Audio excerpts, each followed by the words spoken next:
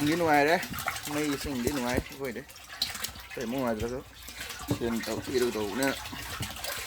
thấy mà tầm đi xe leo rồi cái tay làm rè xe bay được có gì lấy tầm mà số lấy cái hay số xe bay được thì cái mà bay lấy cái gì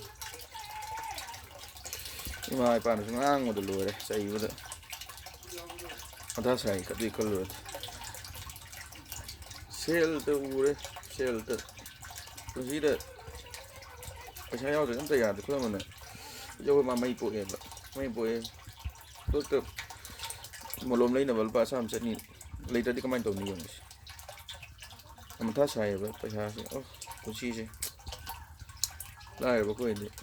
thôi đấy machine vậy đâu cái xe bay nó không nó tạm vài lịch tạm rồi mấy xin là đó nó sao